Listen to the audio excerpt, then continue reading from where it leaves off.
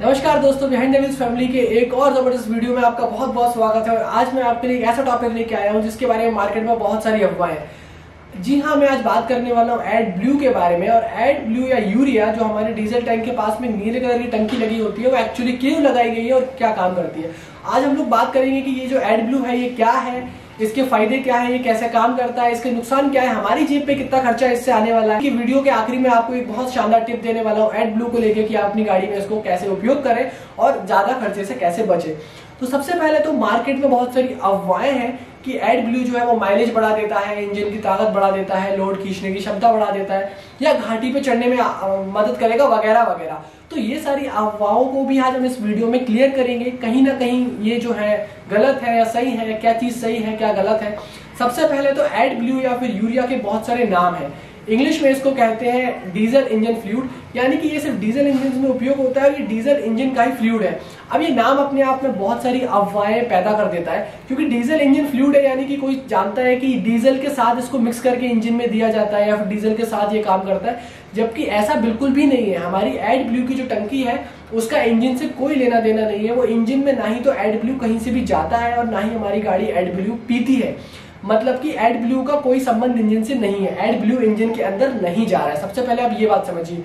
अब आपके मन में सवाल आ रहा होगा कि अगर एड ब्लू इंजन में नहीं जा रहा है तो फिर कहां जा रहा है। देखिए, भारत सरकार ने कुछ समय पहले ऐसी एक गाइडलाइंस बनाई, अपना जो ट्रक है या फिर हमारी बस है या फिर कोई भी डीजल इंजन हो गया, वो एक तय मात्रा में पोल्यूशन कर सकता है। मतलब कि उसका जो पोल्यूशन, जो उसका स्मोक निकल रहा है, जो उसका धुआं निकल रहा है, वो एक तय मात्रा में निकल सकता है। अब BS4 से हम BS6 में भी इसलिए जा रहे हैं कि हमारी गाड़ियों से होने वाले पोल्यूशन में कमी आए, पर्यावरण को नुकसान ना हो। तो जब भारत सरकार ने ऐसा बोला कि आप इस नंबर पे अपना जो है पोल्यूशन कर सकते हैं, तो कंपनियां चिंतित हो गई। पहले जो हम लोग EGR टेक्नोलॉजी उपयोग करते थे, यानी कि इंजन गैस रिसर्कुलेशन, मतलब कि जो धुआं निकल रहा है उसमें से 30% धुआं इंजन में डाल दो, 70% बाहर कर दो। ये एक मोटा मोटा फिगर है। अब वो अंदर करने से वो फिर दोबारा कंबस्टन वगैरह हो गया, उसमें कुछ थोड़ी बहुत टेक्नोलॉजी होती थी जिस कारण से उतना पोल्यूशन नहीं होता था। तो BS4 में जितना पोल्यूशन करना चाहिए था उससे कहीं ना कहीं गाड़ी हमारा कम पोल्यूशन करती थी। पर वक्त बदला और पोल्यूशन और ज्यादा होने के कारण पोल्यूशन को काफी कम करने की जरूरत पड़ी। भारत सरकार जब नियम लेके आई BS6 में, तो अब हो ये रहा है कि टाटा तो हालांकि BS4 से अपना एड ब्लू यूज कर रहा है।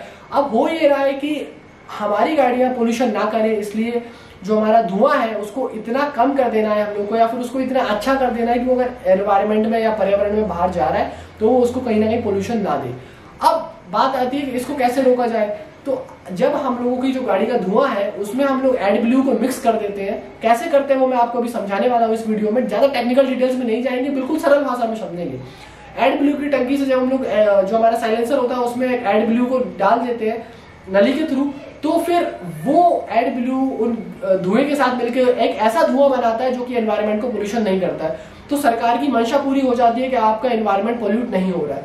और इसका सिर्फ इतना ही काम है एड ब्लू का कि एड ब्लू या यूरिया या फिर डीजल इंजन फ्लूइड, या फिर इसको आप कह लीजिए कि ब्लू वाटर, या फिर आप इसको कह लीजिए ब्लू टैग, डायमलर वाले, मर्सिडीज बेंज, भारत बेंज वाले जैसे कहते हैं, HDI, AUS यानी कि एक्वास यूरिया सोल्यूशन 32, और ये सारी चीजें जो है सब एक ही चीज का नाम है। अब सबसे पहले आप समझिए, जो नीले कलर की टंकी है वो एक्चुअली जो लिक्विड है वो लिक्विड है क्या, वो 32.5% या 32.5% यूरिया है और बाकी का डिस्टिल्ड वाटर है। अब डिस्टिल्ड वाटर और यूरिया का जो मिक्सचर है उसको क्या करते हैं, पाइपलाइन के थ्रू उस टैंक से पहले तो जो हमारा एयर कंप्रेशर होता है जो ब्रेक्स में काम करता है उस तरीके से उसको कंप्रेस कर दिया जाता है, और फिर वहां पे एक सेंसर लगाया जाता है, एक स्मार्ट मोटर लगाई जाती है। उस सेंसर के थ्रू उसको हाईली कंप्रेस करके जितना गाड़ी धुआं पोल्यूट कर रहा है, ऐसा तो है नहीं कि गाड़ी बिल्कुल भी धुआं नहीं दे रही है और हम लोग उसमें एड ब्लू दिए जा रहे हैं और हमारा एड ब्लू खत्म हो रहा है, या फिर गाड़ी बहुत ज्यादा धुआं दिए जा रही है और हम 50% ही एड ब्लू दे रहे हैं तो 50% तब भी धुआं दे रहा है। तो वो सेंसर क्या करता है कि सेंस करता है कि आपका इंजन कितना गर्म हो रहा है और गाड़ी घाटी पे है, लोड पे है, बिना लोड के है, फ्री है, तो रियल एक्सल आप लिफ्ट करके चल रहे हो, डाउन करके चल रहे हो, तो उस हिसाब से उसको जो है कस्टमाइज कर देते हैं, सेंसर्स लगा देते हैं वहां पे। तो जितना धुआं गाड़ी देगी उसमें उतना एड ब्लू मिक्स कर देगा, तो जो धुआं निकलेगा वो पोल्यूशन नहीं करेगा। अब एड ब्लू समझ में आ गया कि भाई यूरिया है पूरे तरीके से 32% यूरिया, बाकी डिस्टिल्ड वाटर है, और कैसे काम करता है कि वो हमारी गाड़ी से पोल्यूशन नहीं होने देता, यही इसका बेसिकली काम है। अब जो है देखिए, हमारी गाड़ी में एक छोटा सा पुर्जा भी लगता है तो अल्टीमेटली उसकी कॉस्ट हम लोग बाय करते हैं। एक जो कंज्यूमर होता है, एक जो बायर होता है, ग्राहक होता है, उसी को वो पैसे देने होते हैं। अब एड ब्लू का जो कीमत है, जो पैसा है, वो भी आप लोग देने वाले, हम लोग देने वाले, जो खरीदने वाला है वो देने वाला है। कंपनी तो इसको कहीं से भी पे करेगी नहीं। तो पहले जो चीज हमारी EGR के थ्रू, इंजन गैस रिसर्कुलेशन के थ्रू लगभग 25,000 20,000 में हो रही थी, अब उसमें 1.5 से 2 लाख रुपए तक का खर्चा आ रहा है, क्योंकि एड ब्लू की टंकी से लेके सेंसर से लेके मॉड्यूल, उसकी मशीन, सारी चीजें आपको इंजन में जो है बीप से लेके पूरा कंप्लीट उसका जो सेटअप है वो 1.5 से 2 लाख, क्योंकि साइलेंसर भी पूरा चेंज होता है, क्योंकि एड ब्लू जो है वो साइलेंसर में कहीं ना कहीं हमारा फिट होता है, क्योंकि साइलेंसर की यूनिट जो है काफी बड़ी होने लगी है। तो अब वो जो 1.5 से 2 लाख रुपए आपको BS6 गाड़ियों में देने ज्यादा पड़ रहे हैं। तो वो जो 1.5 से 2 लाख रुपए आप ज्यादा दे रहे हो, वो सिर्फ आप कहीं ना कहीं इस चीज के दे रहे हो कि आपकी गाड़ी पोल्यूशन ना करे। तो आप समझ गए होंगे अब तक कि एड ब्लू सिर्फ लगने से ना सिर्फ हमारा डेली का या फिर कभी कभी एड ब्लू डालने का या उसका मेंटेनेंस का खर्चा बढ़ता है, बल्कि हमारी गाड़ी लेते समय हमारी गाड़ी की इनिशियल कॉस्ट भी बढ़ जाती है। जो कि अब आप समझ लीजिए कि अच्छा है या बुरा है, जब जेब से पैसा जाता है तो दुख तो होता ही है। स्पेशली ट्रक ड्राइवर को जब या फिर स्पेशली ट्रक ओनर को जब एक 80-82 रुपए लीटर का वो डीजल खरीदता है महाराष्ट्र में आज की डेट में 17/7/2020 को, तो आप समझ लीजिए कि कितनी हमारी जेब को लेके कटौती हो गई है कि ये चीज। अब इसका बेनिफिट तो सिर्फ एक ही बेनिफिट मुझे समझ में आता है कि ये जो है कहीं ना कहीं पर्यावरण को फायदा देता है। और इसका इनडायरेक्ट बेनिफिट ये है कि पहले जो हम लोग धुआं इंजन में डालते थे, तो धुआं इंजन में जाएगा तो वो कई बार चॉक कर देता, चॉक इंजन को कर देता था, इंजन में धुआं जम जाता था, बहुत सारी प्रॉब्लम्स आती थी। तो उसको वो रिड्यूस कर देगा। तो पहले जो खराब धुआं जाता था इंजन के अंदर, जिस कारण से माइलेज या फिर हमारी पावर कम होती थी, तो वो पूरी मिलेगी। तो ये एक इनडायरेक्ट बेनिफिट मिलता है ट्रक ओनर को, एक ट्रक ड्राइवर को, और पर्यावरण को तो बेनिफिट है। अब इसकी डिसएडवांटेज सबसे पहले यही है कि इसका मेंटेनेंस जो है, इतने सारे सेंसर लगने के कारण, इतनी सारी मशीन लगने के कारण कहीं ना कहीं थोड़ी चीजें कॉम्प्लेक्स हो जाती है, और कॉम्प्लेक्स होने के कारण कहीं ना कहीं मैस होता है, और हम शायद उतने अच्छे से इसको मेंटेन ना कर पाए।